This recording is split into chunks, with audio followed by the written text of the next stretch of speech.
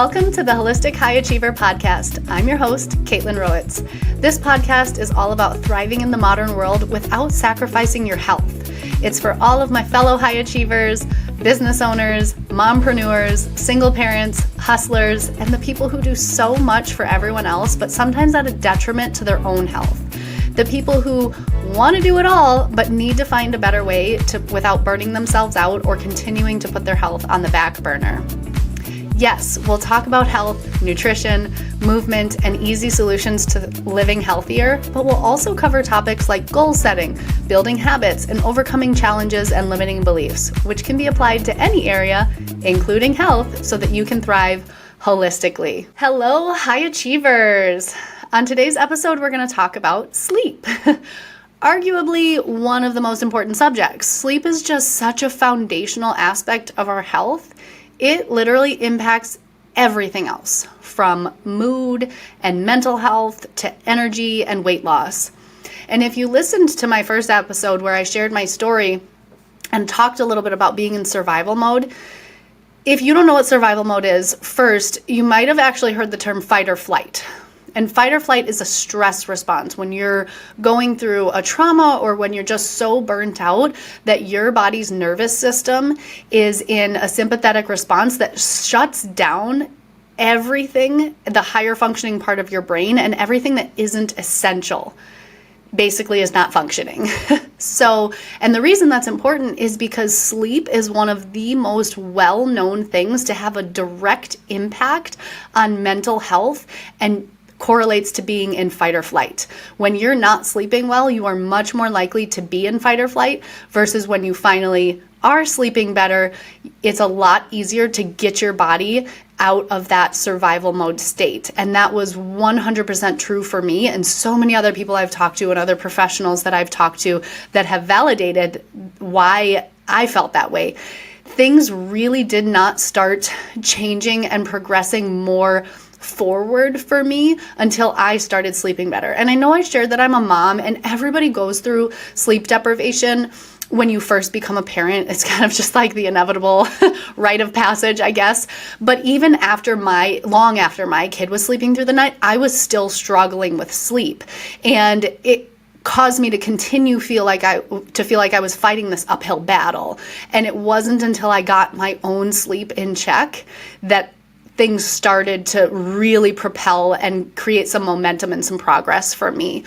So the reason I share this is because whatever your goals are, if your goal is to lose weight, if your goal is to thrive in business and, be more alert and make better decisions and have better clear thinking, it is going to be 10 times harder to accomplish whatever you're trying to accomplish if you are not sleeping well. So if you're currently sleep deprived and you're trying to work out a few times a week and really eat perfectly, yeah, those things are good, but I can almost promise you sleep might be the more important one to focus on if you're willing to. So, and here's the thing with health, when you're not sleeping well, you don't think clear. So whether your goal is business, it's going to be harder to function, think clearly, be productive. But even if your goal is health and you're not thinking clearly, you can't even start to think about what am I going to eat for dinner tonight? How am I going to meal prep? What's healthy? How much protein is in this, right?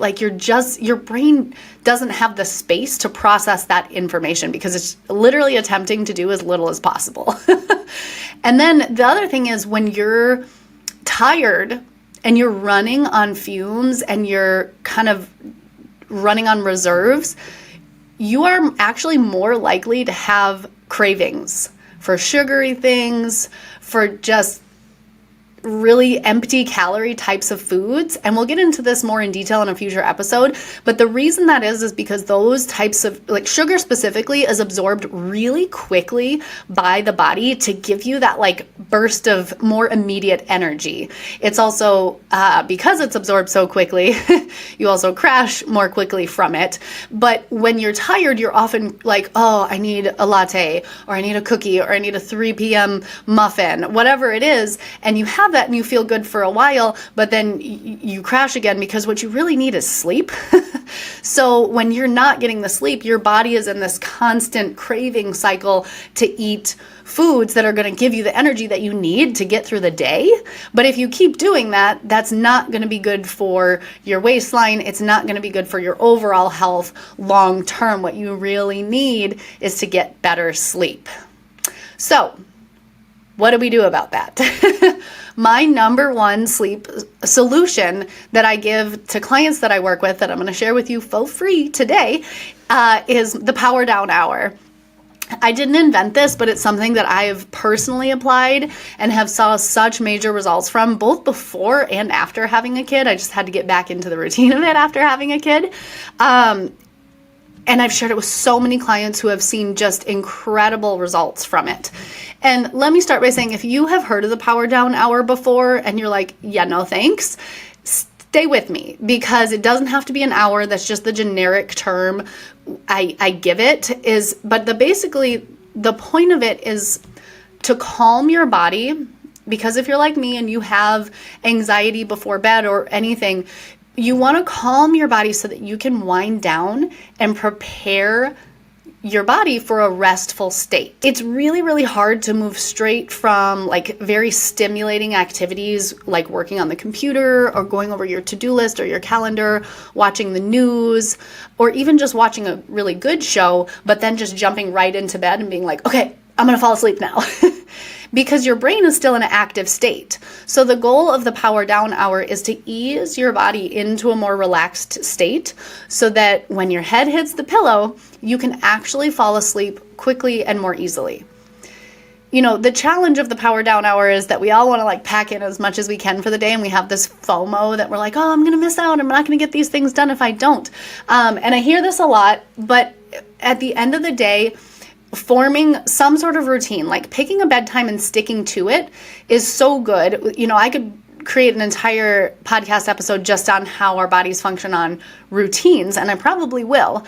But picking a bedtime, sticking to it, because our bodies have this natural circadian rhythm. And when you can be a little bit more regimented about when you go to sleep and when you wake up, your body will naturally start to feel tired when it's time to go to sleep and feel awake when it's time to wake up. I actually most days wake up before my alarm even goes off, and don't feel tired because I have then now trained my body to be tired when it's time to be tired. And I actually have an alarm that goes off in my phone when it's time to do my Power Down Hour. And most nights I have actually started doing it before the alarm goes off. It's just like this internal clock that's like, okay, it's time now. So the challenge, like I said, is that you either don't feel tired or you feel like you have a lot of stuff to do, but try it, because I can almost guarantee this works for every client I've ever shared it with, every friend I've shared it with, and it's done wonders for me. So what is it? Well, first of all, the things to avoid during your Power Down Hour, some of the things I've already mentioned, but TV, but especially negativity, like, you know, the news, any show that gets you like really riled or has like super graphic, uncomfortable scenes, probably not good. Screens in general, like phones and computers, there's a lot of research about how the light affects us, but it's also like engaging our brain in different ways. Vigorous exercise. So you don't want to go do like a HIIT workout or something, go running, 30 minutes before it's time to go to bed. Those are good things for you, just typically not right before bed. And then just anything else that you find overstimulating. Don't start a conversation with your spouse about a really heated topic right before bed, if you can. Book a time with them to discuss that later. The types of things to do is really anything that puts you or your body or your mind at ease. Think things like a bath or a hot shower, reading, journaling, stretching, or some sort of gentle yoga, a TENS unit, like a stim machine, meditation. I personally do my face care routine because I'm such a minimalist. I never used to do any of that, but that's like how my Power Down Hour starts. Get my little regimen in, my cleanser, my toner, my eye cream, and then my moisturizer. Brushing and flossing, which we could all use reminders about flossing sometimes, I feel like. Playing relaxing music, some sort of gratitude routine, whether it's internally or out loud with a partner or a friend, that you share your wins for the day or what you feel grateful about for the day.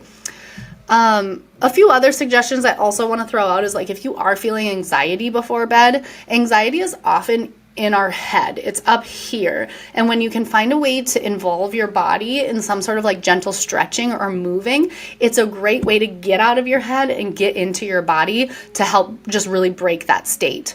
As I mentioned, try setting an alarm for when it's time to start powering down.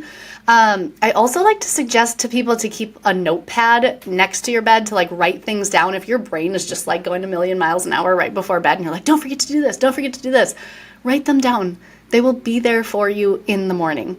But most importantly, it doesn't need to be an hour. And that's why I said stick with me when I first mentioned a power down hour, because a whole hour to wind down, if you're currently doing like 0, sounds like a lot of time. So if that feels overwhelming, ask yourself what you could do to just create a little bit more time and start small. Like if you're currently doing 0, start with 5 minutes.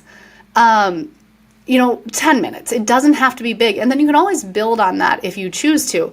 But whatever you do, whatever you choose, it should be the same each night. You can always change it or add to it, but you want to start building it so that it becomes a habit. So like I said, how I am, where I start kind of going through the motions before the alarm even goes off, that's habit. When you can do things automated without having to remind yourself to do them, and you're just going through the motions, that is a well-formed habit, and it's so much easier to hold space for other things now because you're not holding space for that. You're just doing it on autopilot.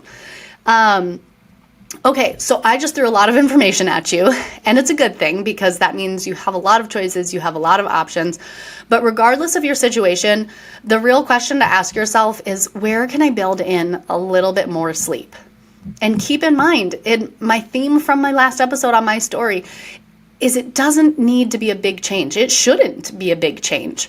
Starting smaller has a ton of value because it's more sustainable, it's less effort initially to implement, which generally translates into being more sustainable.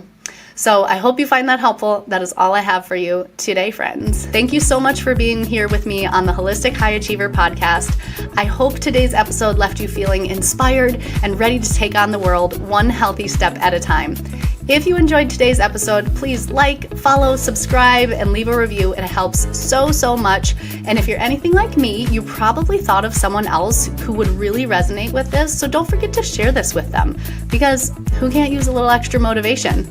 Until next time, keep embracing your journey and kicking ass.